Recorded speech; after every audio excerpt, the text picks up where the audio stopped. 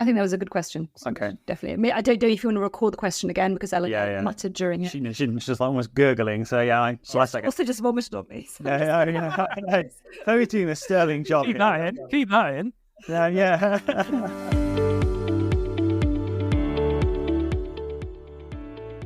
Hello and welcome to episode 6 of the Wilder podcast. For those that don't know, my name's Chloe and sitting next to me here is Tom. Hello. Chloe won't know this yet, but the people listening to this episode would have enjoyed the vomit moment during an interview with Alastair Driver. And I think it's important to lay bare the perils of baby-based interview techniques. Well, the least said about that, the better, I think. Yeah, true. I mean, I was there and no one needs to see that. But I'm conscious there may be new people listening to the episode or the podcast itself. So welcome to the Wilder podcast. Very briefly, we are rewilding or wilding or restoring nature, whatever you want to call it, back to our 80-acre site just outside Monmouth in Wales. Only just started the process, completely blank canvas, which we'll probably talk about a little bit later on this episode.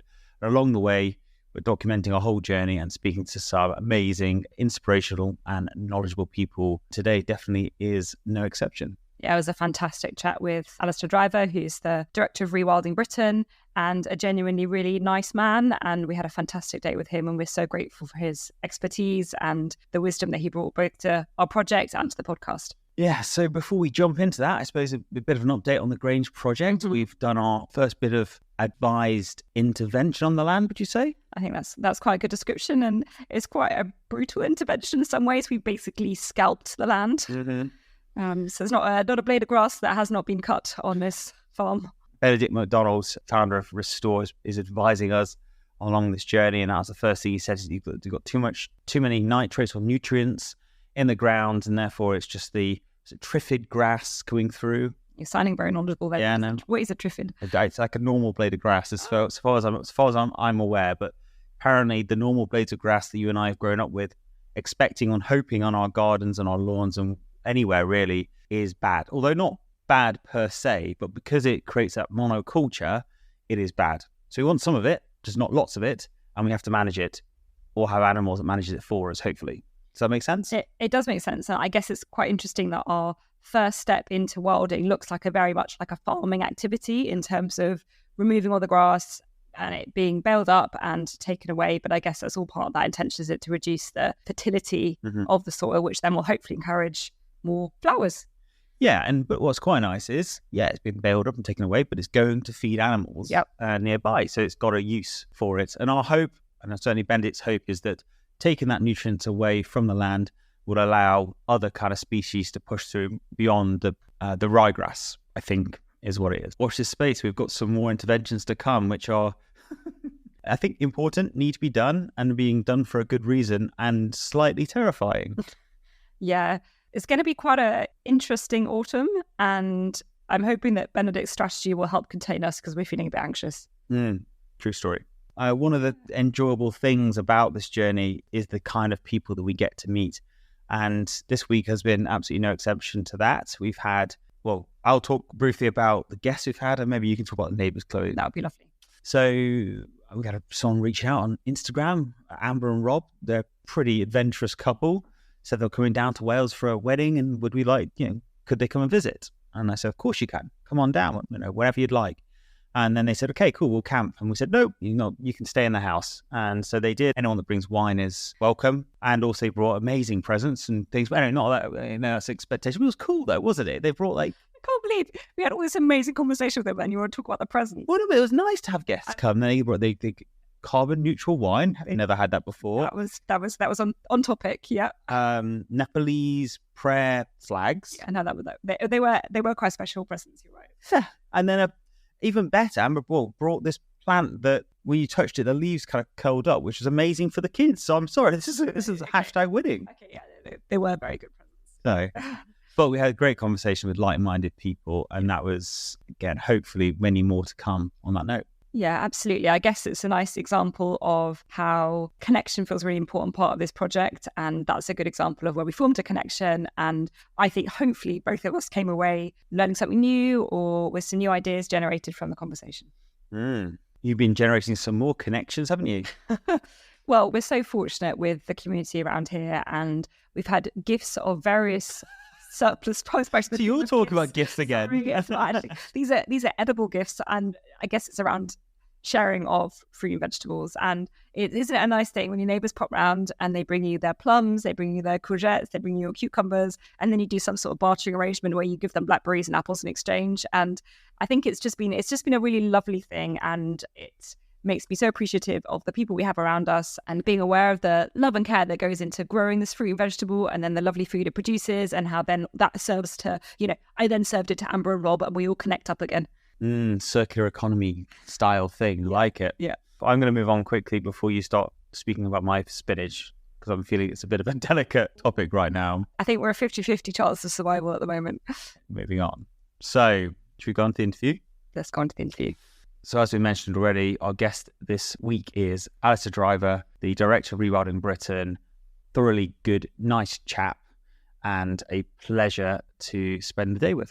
I really identify with his background, having worked in kind of the public sector for a long period and then steps out into the charitable sector and kind of some of the opportunities that creates. I really thought his perspective on a lot of subjects just had a lot of inherent wisdom in it.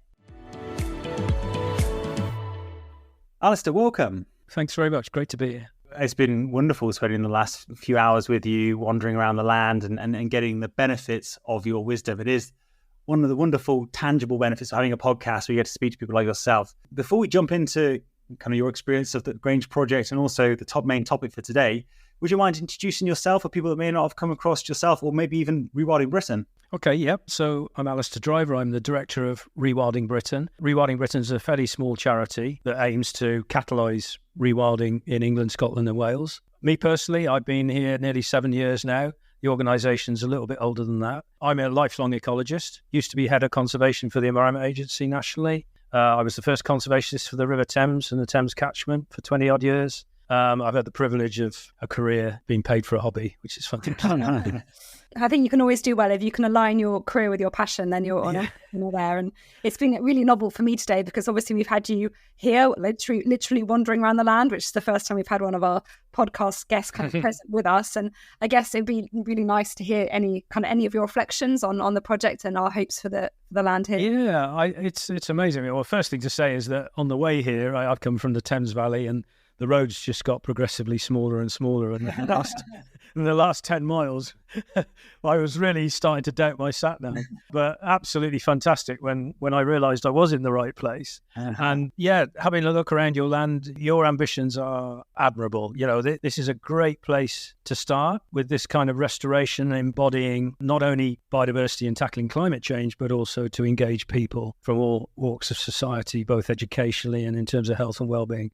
So, massive credit to you guys for being so brave as to embark on such a project. The land itself, I can tell it's been pretty heavily farmed. You've got some great hedgerows and trees in the landscape.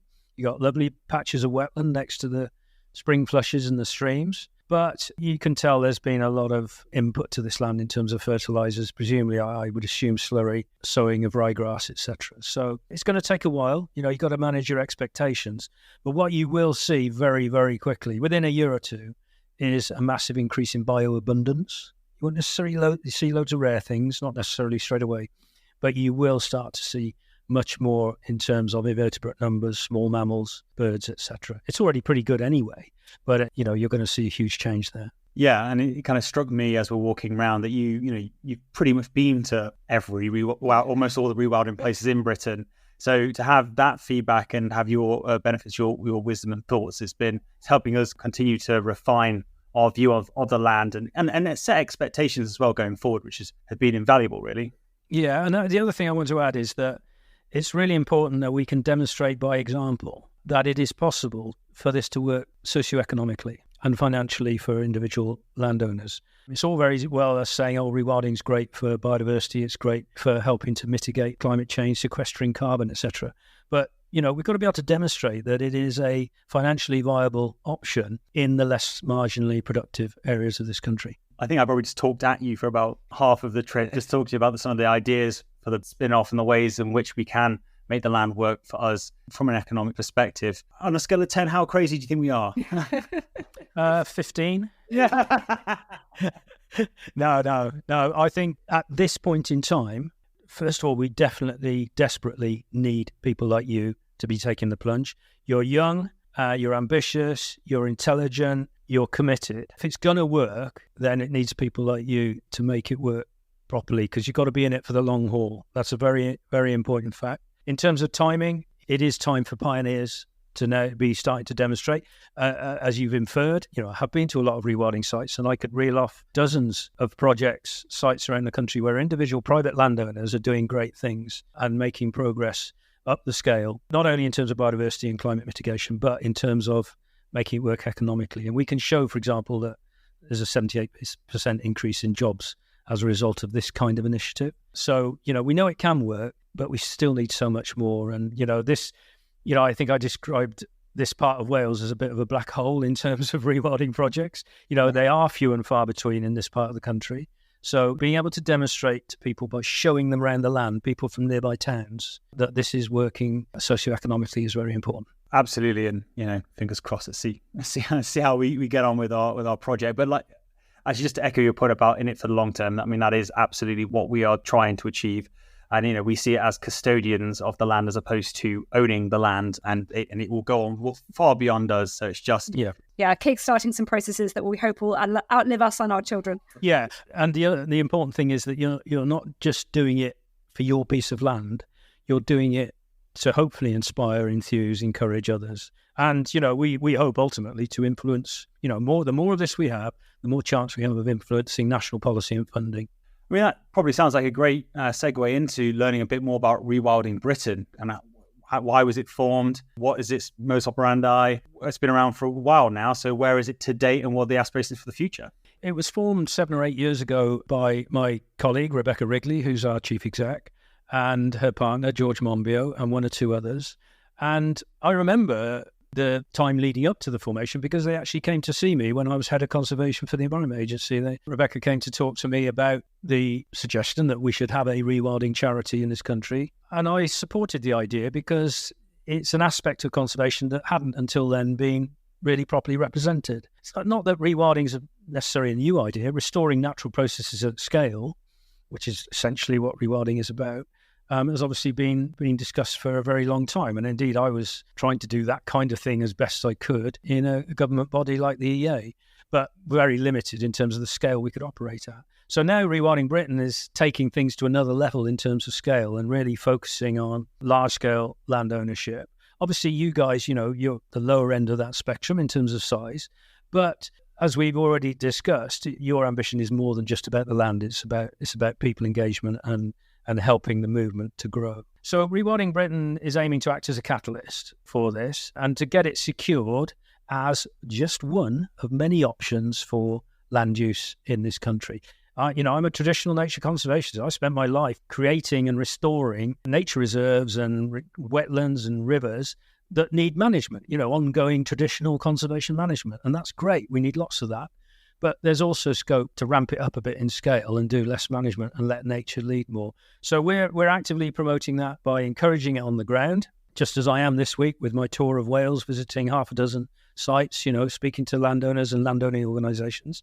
And we're also trying to influence policy change and funding nationally to enable more of this to happen. And for me personally, that is exactly how my job splits, because I'm half the time out travelling the country and half the time working with policy colleagues on influencing government. Obviously, you tend to work on a larger scale than our projects, but for someone like ourselves, how could we benefit from being part of your network going forward? Yeah, well, for me, the Rewilding Network is probably the thing. If I had to pick one thing that Rewilding Britain has done, which is really critically important, it's establishment of that network. And I was personally always keen on us doing that because I was involved in setting up the River Restoration Network nearly 30 years ago. And I've seen that grow to become a fantastic resource of sharing good practice and data and information and evidence, etc., across the country. So the Rewilding Network is going in the same direction. It's got nearly 1,000 landowning members on it. They run webinars, they share information, newsletters, etc. Learning from each other in this growing embryonic movement is absolutely critically important.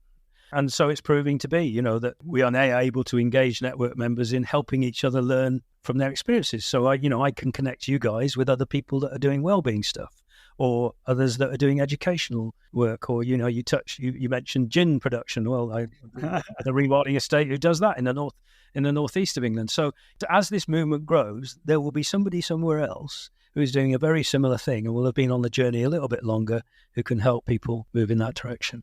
No, I'm really excited to be part of the Rewilding Britain network and kind of benefit from all of those connections. And I guess it'd be great to hear a bit more about how the charity has developed over the last 6-7 years. Yeah, it's kind of surprised me, to be honest. I mean, it was always our ambition that we would mainstream rewilding as an option, as I touched on. But when I started 6.5 years ago, there were just 3 of us part-time. We're now up to 28. And we want to remain small and agile and act as a catalyst. But it is incredible to see how it's grown. We've virtually doubled in the last year or two. Wow. And that's because people are prepared to contribute funding towards what they see as a good and worthy cause. And also what we're seeing is that we have helped to influence other organisations. So you'll see the Wildlife Trusts, for example. Quite a few of the county wildlife trusts around the country are now promoting rewilding, setting up rewilding projects, etc. So the word catalyst is really the perfect word for what we're trying to be. We're not out there going to be doing it all. We're trying to encourage people to do it in the right places, in the right way, explain where it is and isn't appropriate. And certainly that seems to be moving in the right direction. The challenge comes, and we still haven't cracked it yet, challenge comes when you try to influence government policy and making the step changes necessary there. But we're going to talk about that a bit more, I'm sure. Now is as good a time as any to move into the riveting world of policy and government. What we tend to do with our guests is, and this is just for listeners' benefit, is ask, what's the thing currently that you're kind of passionate about, or the thing you're finding being frustrated by? And very quickly you kind of said, well, if you want to talk about some of the challenges that we face, let's talk about policy and government. So kind of here, opening the floor for you now, Alastair, to talk about. Yeah. First thing to say is, and I hope you've already gauged this, that I'm a pretty positive individual. I could not have done 45 years of nature conservation in this country without being a glass half full kind of guy. So that's the first thing to say. But we are now in a position where the requirement to tackle climate change and to tackle biodiversity loss is by far and away the most important issue that mankind faces. Now, I'm not in the doom and gloom camp that says, oh, we're all going to die. We're not all going to die, but we are going to be under massive pressure in generations to come. Not necessarily so much in my generation, but your generation and your children's generation are going to suffer incredible challenges, particularly around mass migration. The migration issues we're seeing at the moment are just the tip of the iceberg. Displacement of peoples due to climate change is going to be enormous. And that will bring all the kind of political pressures. So what we need right now, well, not now, 10 years ago, but, ASAP, is significant step change in policy on every conceivable aspect of our daily lives that impacts on climate warming. And unfortunately, our government cycles of 4 or 5 years and desperation to try and stay as the leading political party and win votes, that is completely unfit for purpose in terms of delivering the kind of multi-generational transitional policies across many generations that are required to meet these challenges. And this is obviously not just a UK thing. This is a worldwide thing. Government cycles and the desperation to win votes is unfortunately trumping the requirement to make step change. Well, I mean, that was really very clear and succinct as to why people should take note to this. It's also worth probably at this stage plugging episode 3 with retired Lieutenant General Richard Newgie, where we talk about the mass migration in more detail as well, because I think it really feeds really nicely into your point. And, you aren't doom and gloom, but there's a balance between doom and gloom and being honest. And I think it's important that we are honest with ourselves at this stage. So here's a question. What can we do about it? Well, that's absolutely the right question to ask. And there are things we can do. And indeed, there are things that I think we, Rewilding Britain, and I've had a part of it, can claim as, successes. So what we are continually doing is raising awareness of the benefits of rewilding in this case. Rewilding is just one, like I say, tiny piece of the jigsaw, but it is a piece of the jigsaw that we have expertise in and we can help make happen.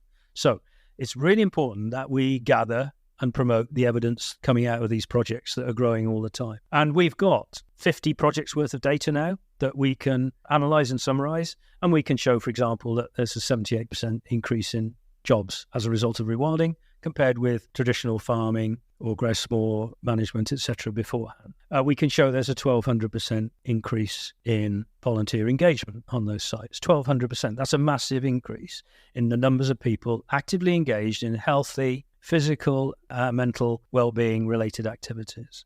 So what we do is that we take that evidence and we use it to dripping tap technique convince politicians and policymakers that this is really working. This is genuinely something that you need to take note of.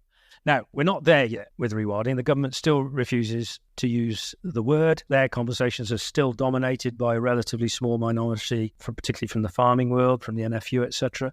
And so, we still haven't really completed that mission in terms of embedding it firmly in government policy. But nevertheless, there are things that fund rewilding, like the landscape recovery component of the Environmental Land Management Scheme in England. They are supporting rewilding projects, which is great.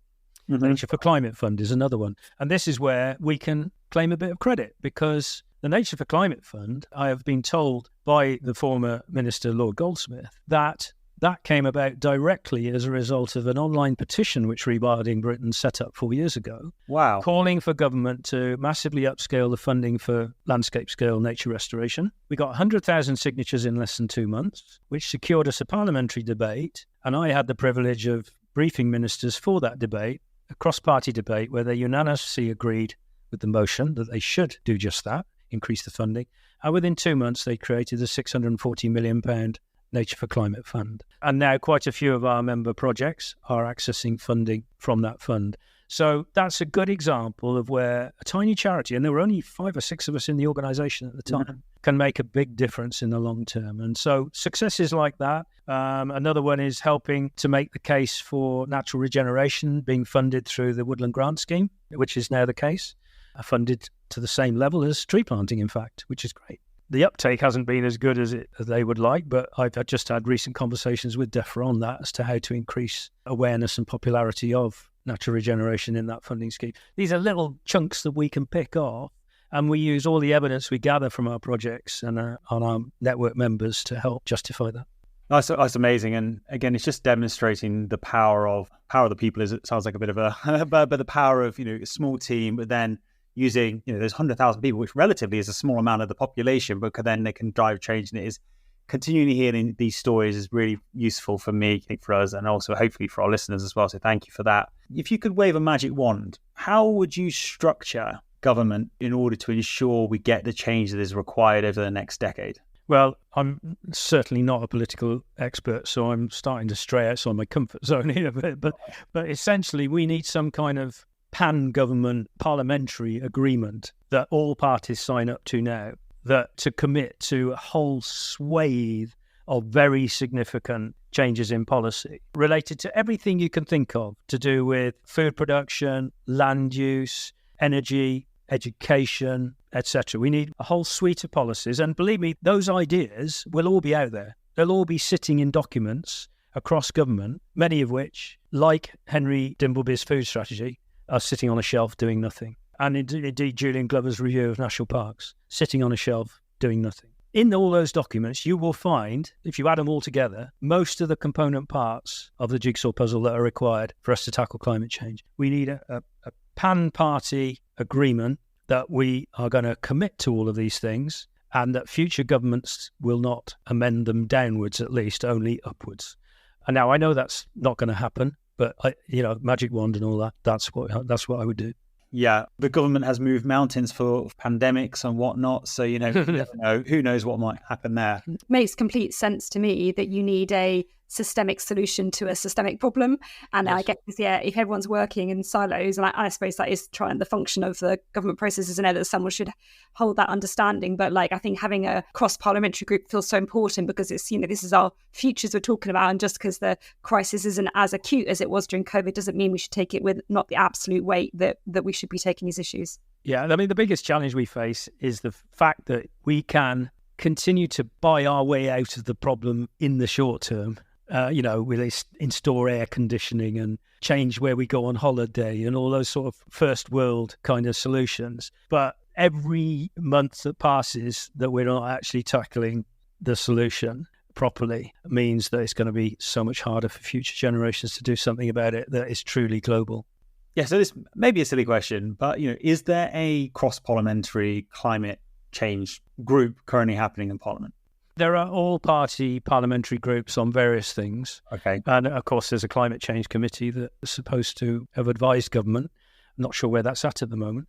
But I'm afraid none of those things have the necessary power. You need something that has supreme power across all parties that can't be ignored. So yeah, you're right. It sounds like it does need that, a significant level of power behind it. So then is there an argument to try and generate some sort of legal foundation to drive that change? Is challenging government legally going to hold them accountable and therefore force them maybe to create that powerful cross-parliamentary organisation?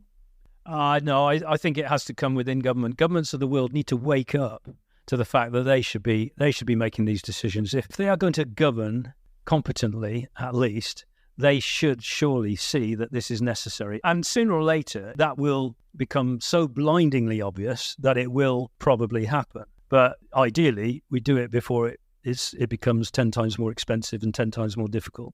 But unfortunately, things are going to have to go badly wrong before probably governments around the world, the necessary governments around the world, make that decision. It serves to show that we're not nearly as intelligent as we think we are as a species. Agreed. It is a little bit sad and disconcerting. But the point is, and I think the thing that continues drives me forward is that even if we make the small changes that you and I can have or whatever, can push it forward by a month, a year, 2 years, wherever it might be, that's so valuable. And that's why it's still worth fighting the good fight. Absolutely, 100%. You've got to keep on keeping on. And I have to keep doing what, I'm past retirement age now, okay? I am not going to stop until I drop. I am going to keep touring this country, talking to people like you guys, talking to people who are maybe on the fence. We were talking beforehand over lunch. I will go and talk face to face with people who hate the idea of rewilding, if they'll have a conversation with me. And we don't necessarily need to agree on anything, but we always find common ground. And I and my colleagues will keep doing that, because the only way we are going to engender bottom-up change is by demonstrating that it works on the ground and gathering good evidence from those projects to help influence policy. That will slowly influence change. And in the meantime, we need these major step changes from government, which will have to come from within government. But the two together, both of them are equally important. We have to keep moving things forward. And it's not just private landowners like yourselves. It's government bodies like the Ministry of Defence, Forestry Commission, etc., Crown Estate, big landowning bodies like them, water companies, big landowning charities like the National Trust. All of them are doing a little bit. They all need to do a lot more, and Rewilding Britain's there to try and help them move in that direction. There was an amazing organisation, and I will dig it out and I'll put it in the show notes. So apologies, I can't think of the actual name of it now, that goes into schools and helps schools to rewild. And I just think that's what an amazing movement, because you just go in there, you're teaching them why they're doing it, what they're doing. They're seeing it on a daily basis. Now they will see the change of over the years at school. I just think that's such a tangible, beautiful way of demonstrating it. Yeah, quite agree. Actually, in my spare time, I've done a lot of school ground nature restoration. Obviously, they're slightly managed sites because you have to make sure they're safe and you have to make sure they're managed for the particular habitats you want. So it's only part way up on the rewilding spectrum, but everyone can do a little bit. No, I would love for ecology to be part of the curriculum. I think it's a really important subject. We should be early on. Well, we have got natural history GCSE kicking in 2025, thanks to Mary Colwell. So it's on its way. So I guess coming towards the kind of end of our conversation, I would love to hear your thoughts, Alastair, on what you see as the future for land in the UK over the next 10, 20 years, and what role you think Rewilding Britain can play in that change. Well, very topical question for us, because we are in the throes of finalising a big report on this 30 by 30 target, the government's ambition for 30% land, positive nature recovery by 2030. Now, that's a hugely ambitious task. Probably, I suspect the baseline is around 8% at the moment. We're probably in around 7 or 8% of the country that you could say is in good condition for nature. And so there's a long way to go to get 30% by, in what we got set less than 7 years. But putting that to one side, it's incumbent on all the key organisations to demonstrate how they think that can be achieved. And Rewilding Britain is no different. We are producing a report that shows how and where we think we could achieve that 30% nature recovery through rewilding without impacting significantly on food production and timber production. So we've been through a huge mapping exercise with various other bodies, academic organisations, etc. We are mapping things like classification of agricultural land, major landowners, degrees of wildness, existing wildness, connectivity, etc. We're mapping all those things, and we will demonstrate that we think we could probably achieve significant nature recovery through what I'd call 5% core rewilding. So, quite a long way up the rewilding spectrum. Big sites, very little intervention by man because, natural processes are fully recovering. And then another 25% of what you might call, for example, managed rewilding. More like most of the projects that are on our network at the moment, the NEPs, the Ennerdales, the Ken Hills, the Hallswaters of this world. Quite big scale, but, using proxy herbivores such as rare breed cattle and pigs, etc., because we're still missing all of those original native species. So we're going to be producing this report, hopefully by the end of the year, and that, we hope, will create a good conversation about moving much further in that direction, much quicker. Perfect. And on that note, in terms of the report, I mean, how do you, because I come from, kind of a bit of a marketing geek as well, how do you convey, what is your job to collate the report, send that into government, or do you see your job as Rewilding Britain to then distill that down to something that, it can be absorbed by the general public, and is that part of your remit to broaden that out? Good question, because it would depend on the type of report. I think in this case, we want it to be a bit of both. We certainly want to be influencing government policy in the right direction. And we have done that before with our, a report we produced on natural regeneration versus tree planting, and also on how to tackle climate change through rewilding and land use change. So we certainly want to use it to influence policy. We want to use it to influence other key organisations, like many of those landowning organisations and environmental charities that I've mentioned. But it's also important that we distill it down into user-friendly terminology and find clever ways of getting the messages across more to the general public. After all, it is going to be ultimately down to the general public as to who they are going to vote for in future elections. And there's no doubt that parties that are most ambitious in terms of their climate mitigation are going to be this kind of parties that gradually more and more people are going to want to support. I really hope so. And I guess that leads nicely onto my next question, which is, if you were to give a message to our listeners who obviously probably don't own 80 acres or aren't in a position to kind of engage in a rewilding project, what would you want them to take away from our conversation, and what would you think they could do as an individual to kind of help promote this cause? Well, there's two things, and if I may have two bites of this cherry. First of all, obviously you can do your little bit in your own little garden in terms of making it better for nature. And, I've got a tiny garden where I live in the Thames Valley, very small, but 1/3 of it is a fantastic wild pond, boggy area, wildflowers, tiny little bit of wildflower lawn. And I'm very proud of it. And for me, it's my little contribution. But if you really want to contribute towards rewilding, and I'll come back to the sort of summary definition, large-scale restoration of ecosystems to the point where nature is allowed to take care of itself. So large-scale, right there, right up front.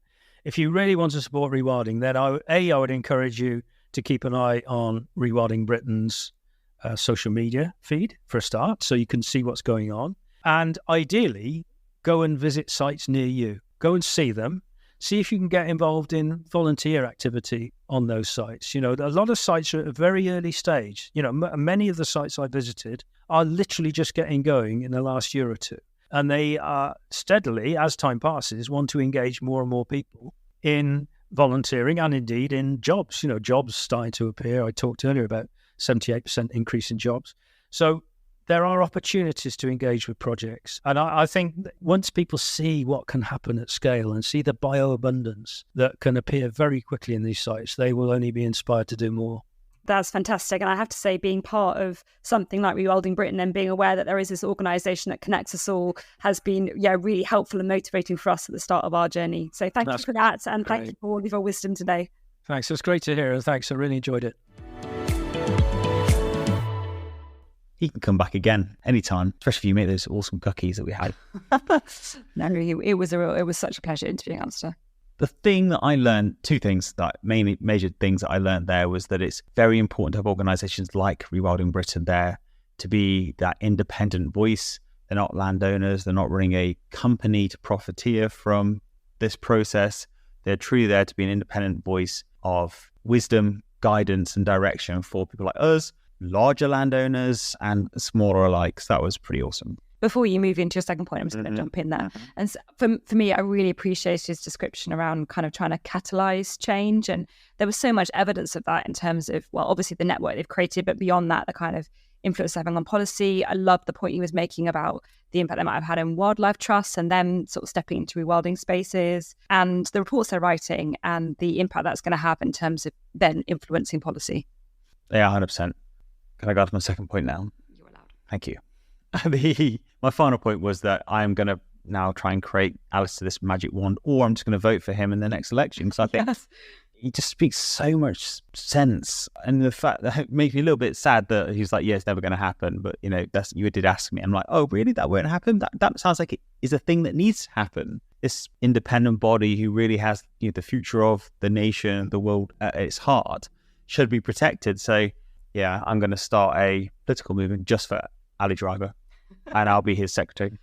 I will vote for that, absolutely. But I think for me, one of the many points that sat with me from the interview was this idea that he talked about the importance of governments waking up to all the kind of complex issues that are influencing our current situation and the crisis we're facing. But I think for me, governments will only wake up when we, as the voting population, start to wake up. And just little things like, I always sign all these petitions I get sent around, I don't know, from Greenpeace or wherever. And like, I never really think they're going to go anywhere or do anything. But actually, when Ali talked about the fact that this petition that Rewilding Britain put out, the members signed, and actually that influenced policy, there is now a nature recovery fund that people are now drawing on in order to generate nature recovery. That really inspired me. And I will continue to keep signing these petitions in the hope that someone somewhere does the right thing. That's only the future of humanity. So let's just hope, let's cross our fingers and hope that someone somewhere does the right thing. And that is our strategy moving forward. And the final thing that I'll leave you with before I do the mandatory plugs for social media, picture this in our small grade 2 listed farmhouse, all hunched around in the kitchen with a stone floor with Chloe's awesome gooey cookies around Alastair's laptop with all these facts and figures. And he's doing such an important job. He's documenting all the projects that they are supporting, the larger ones, with hundreds of different data points. I couldn't even go into telling you everything. But he took us through them all, and this database, you know, I don't think anyone else is doing it. So it's evidencing the clear value that these projects are bringing to the land, to the local economy, etc. And yet another hugely valuable contribution that he and Rewilding Britain are doing. But I think, again, it's an unsung thing, but over the next 2, 5 or 10 years, the amount of value that's going to bring and strength to their argument is going to be pretty impressive. And as someone that loves data, it was an absolute pleasure to see Alastair's equal passion for his spreadsheets. Yeah, there was a lot of passion. Oh, and we've forgotten to talk about the archers. Well, I'm glad. I did it on purpose. Not everyone has the passion you've got for the archers. It's amazing. So I'm there talking about where I first heard about rewilding, and I said, oh, you know, I listened to it on the archers, and, you know, Kirsty and everyone was involved in this rewilding project. And Alastair just casually drops in that he was the specialist advisor to the BBC for the rewilding segment of the Archers. And I was like, you know, my life is complete. I need to do no more. And now we've lost half our listeners. You've now just like our cool level. We were so high on the cool level, Chloe, before you said that. Nothing wrong with the Archers. There's so much to like. If you want up-to-date farming policy, then listen to the Archers. It keeps you engaged. I think I videoed that bit of the conversation, so I'm going to cut that bit of sound into this so you can share in the passion that everyone is sharing. Specifically, Chloe was sharing here. So here is that sound. Drill, and then they had this rewilding site that came forward. And whatever. When I say I got it on there, they rang me to ask me, we're thinking about doing a theme on rewilding. What do you think? I said, you've got to do it. And let me tell you, this is how you can make it. And I think we're pretty much at the end of the podcast now, should we say? I think so. So, best place to follow us, I think, is these days, I'd say, is Instagram, if that's your thing. So it's Grange.project. We do have a Facebook group as well. But if you do want to email us, and we've been receiving some amazing emails recently, then it is hello@grangeproject.co.uk. And the final thing I'll say, if you've got this far, thank you so much. I'm going to lean on you one last time to see if you could, once this episode finishes, if you want to quickly rate and review. It does take seconds, but it catapults the podcast through the charts. And that just means we get a bigger reach and hopefully a bigger impact. Even though I know for a fact your mum still hasn't reviewed the podcast. I know.